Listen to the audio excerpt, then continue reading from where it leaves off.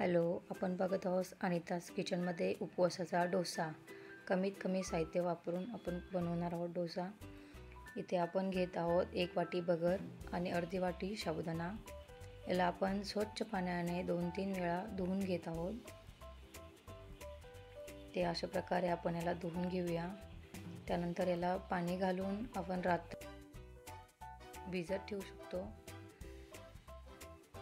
तुमच्याकडे वेळ नसेल तर तुम्ही याला 3 ते 4 तासही भिजवून घेऊ शकता. नंतर आपण बघूया इथे सकाळी अशा प्रकारे हे छान साबुदाणा फुललेले आहेत. वगैरे छान झालेली आहे. हे आपण मिक्सरच्या भांड्यामध्ये घालून याला पेस्ट करून घेणार आहोत छान. अशा प्रकारे आपण इथे मिक्सरला पेस्ट करून घेत आहोत. व्हिडिओ आवडत असेल तर लाईक करा, शेअर करा, सबस्क्राईब करा. यामध्ये थोडंसं पाणी घालून अजून थोडीशी छान पेस्ट बनवणार आहोत. अशा प्रकारे इथे बॅटर रेडी झालेलं आहे. हे आपण काढून घेत आहोत. याला 2-3 मिनिट मी असं फेटून घेत आहे. त्यामुळे इथे आपले डोसे एकदम मऊ होतात. त्यानंतर आपण हे बॅटर 15 मिनिट रेस्टसाठी ठेवलेलं आहे. त्यानंतर आपण इथे कोकोनट चटणी बनवून घेऊया. यामध्ये ओलं नारळ, मिरची, मीठ आणि साखर घेतलेली आहे. त्याला पाणी घालून छान पेस्ट अशी करून घेणार आहोत.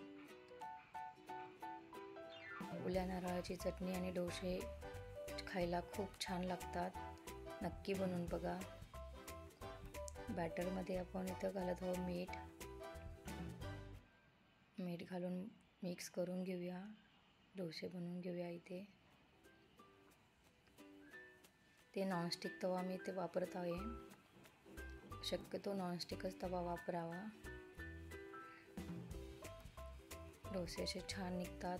छान मस्त कलर आलेला आहे डोश्याला, बघू शकता. दोन्ही बाजूने डोसे आपण छान भाजत आहोत.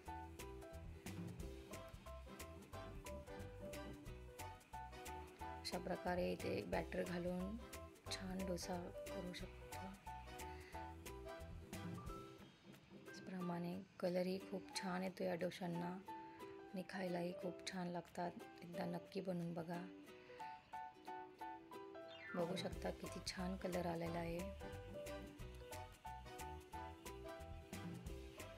दोन्ही बाजूनी छान मस्त भाजून घेत आहोत आपण. याच प्रकारे सर्व डोसे इथे बनवून झालेले आहेत. किती छान मऊ लुसलुशीत डोसा झालेला आहे, बघू शकता तुम्ही. यासोबत खोबऱ्याची चटणी आणि डोसा खूप छान लागतो.